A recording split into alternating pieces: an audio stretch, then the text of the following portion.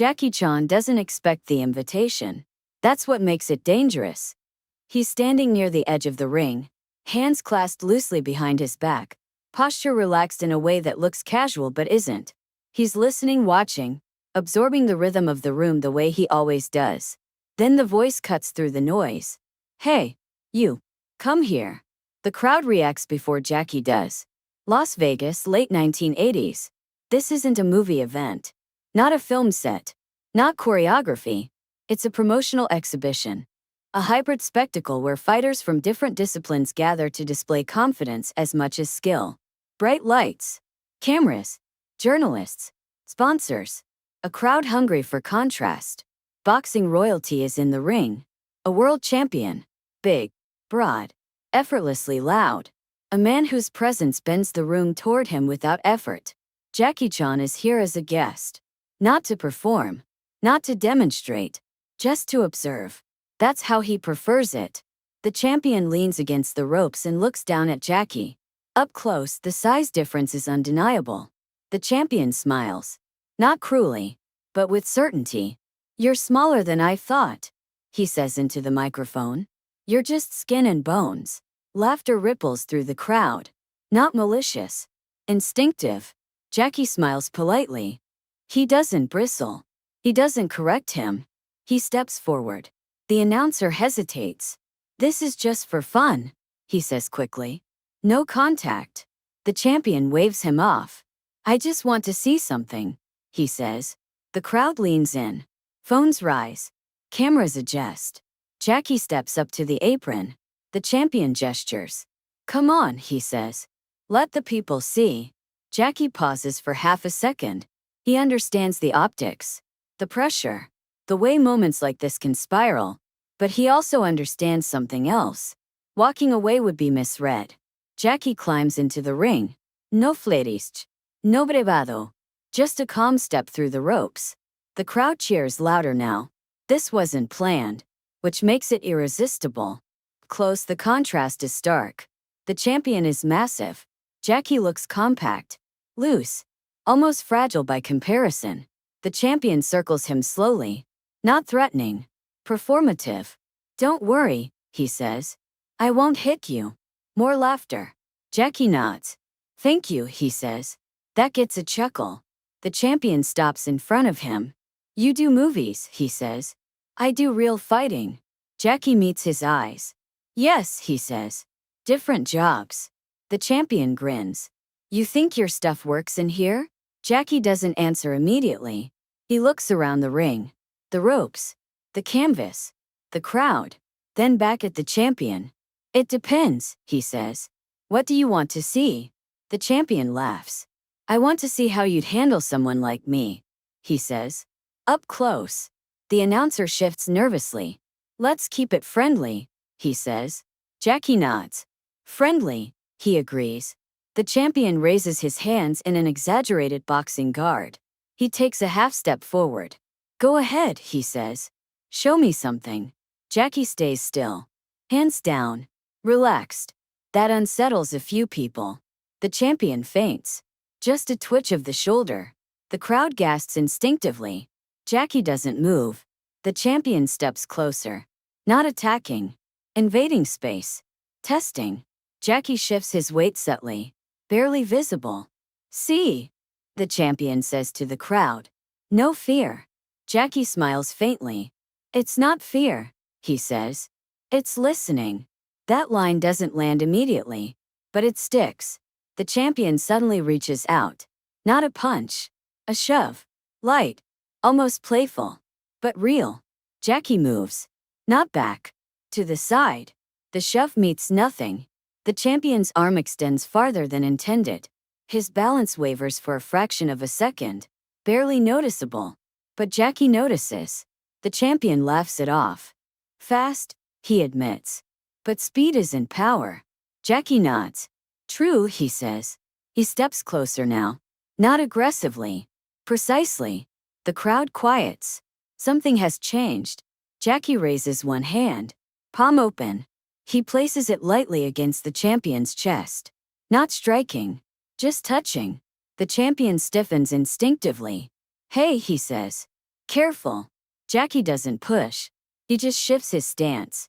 The champion feels it before he understands it. A subtle loss of balance. Not enough to fall. Enough to notice. Enough to confuse. The champion takes a step back. His smile fades slightly. Do that again, he says. Jackie lowers his hand. No, he says. The crowd murmurs. The champion laughs again, but it's shorter now. Why not? He asks. Because now you're paying attention, Jackie says. That lands. The champion studies him. Really studies him. Not as a novelty. As a variable. The announcer tries to regain control. All right, folks. The champion raises a hand. Wait, he says. He looks at Jackie. You're telling me, he says slowly. That size isn't the whole story. Jackie considers the crowd, the cameras, the moment, then nods. Yes, he says. It rarely is. The champion looks out at the audience, then back at Jackie. Show me, he says. Jackie exhales quietly. This is the dangerous part. Not because of violence, because of misunderstanding. Okay, Jackie says. Just 10 seconds. The champion grins. 10 seconds, he repeats. They face each other. No stunts. No guard. Just two men standing close in a ring meant for spectacle. The crowd counts down instinctively. The champion steps forward. Jackie moves at the same time. Not fast. Not slow. Correct. In less than 10 seconds, the ring feels different. The crowd doesn't cheer. They don't gasp. They fall silent. Because something happened they can't quite describe. No punches. No throws. No humiliation. Just a brief moment where the champion realizes he's no longer in control of the space. Jackie steps back. The champion exhales. Hard. His expression has changed. Not shocked. Thoughtful. The announcer finally speaks. Well, he says uncertainly. There you have it. Jackie bows slightly, turns, and steps out of the ring. The crowd erupts, not with laughter now but with confused applause. People talk over each other, trying to explain what they just saw. The champion remains in the ring, silent, watching Jackie walk away. That moment doesn't make headlines. It doesn't become a viral clip, but it travels, quietly, through fighters, through trainers, through people who understand how rare it is to feel power without impact. And what happens after, in locker rooms, gyms, and private conversations will change how that champion talks about fighting forever. The champion doesn't leave the ring right away. He stands there, one glove resting on the top rope, eyes following Jackie Chan as he steps back into the noise of the arena floor. The crowd has found its voice again, but it's different now, less certain, less sure of what it just witnessed. The champion rolls his shoulders once. Not to loosen up, to reset, because something subtle has shifted inside him. Backstage, handlers and promoters crowd around him, laughing, clapping him on the back, telling him it was great television. He nods, smiles, plays along. He knows how to wear the moment.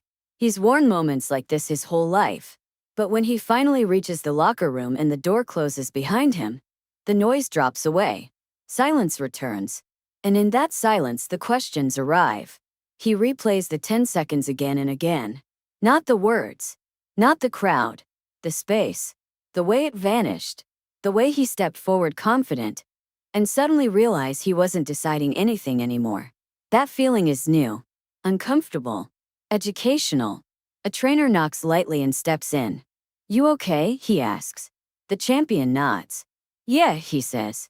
Just thinking. The trainer grins. Guys, quick, I'll give him that. The champion doesn't answer right away. He didn't try to be quick, he finally says. The trainer frowns. What? He tried to be correct, the champion replies. The trainer laughs, assuming it's a joke. It isn't. Later that night, at a private dinner with sponsors, someone brings it up.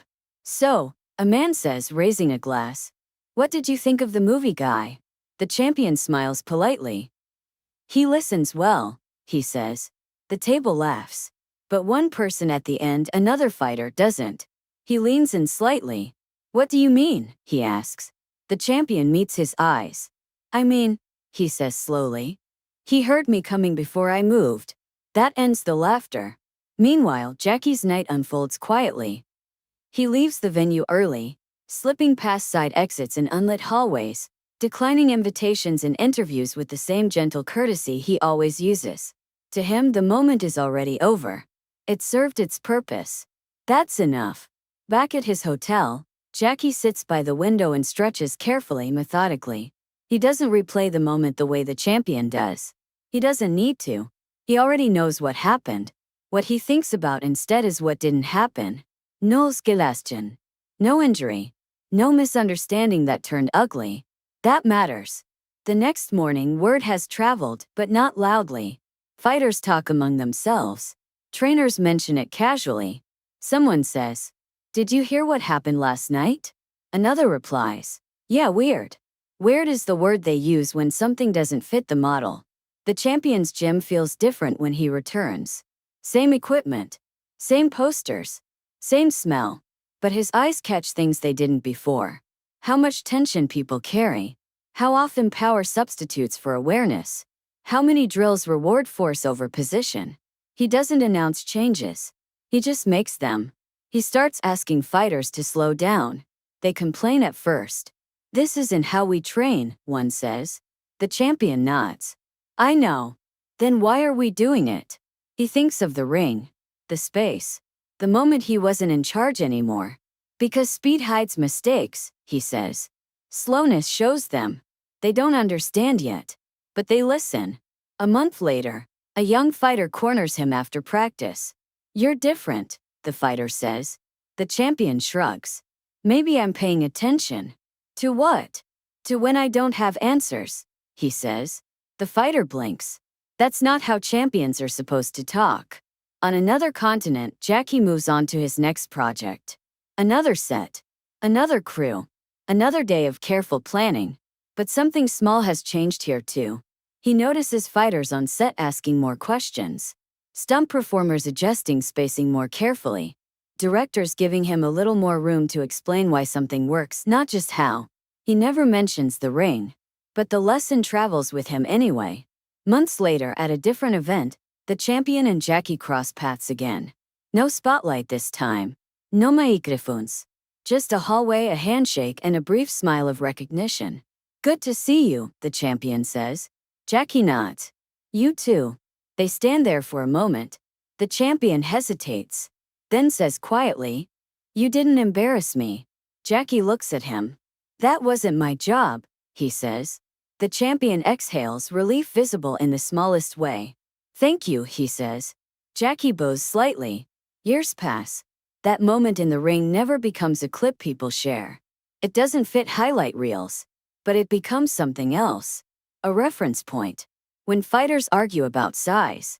When trainers argue about styles. When someone insists power is everything.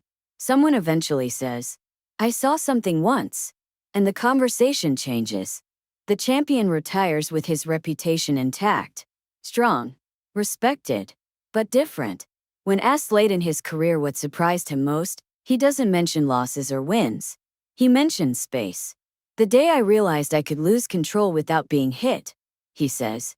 People don't quite know what to do with that answer. But they remember it. Jackie Chan continues doing what he's always done. Films. Training. Teaching. Never claiming superiority. Never needing to. Because moments like that ring appearance do something deeper than prove a point. They remove assumptions. The crowd that day came to see spectacle. They got education. Not loud. Not obvious. But lasting. A famous fighter sized up Jackie Chan in public. What happened next didn't trend. Didn't explode. Didn't need to. Because sometimes the most powerful moments don't announce themselves. They spread quietly. Through people who felt the room change and never forgot how it felt.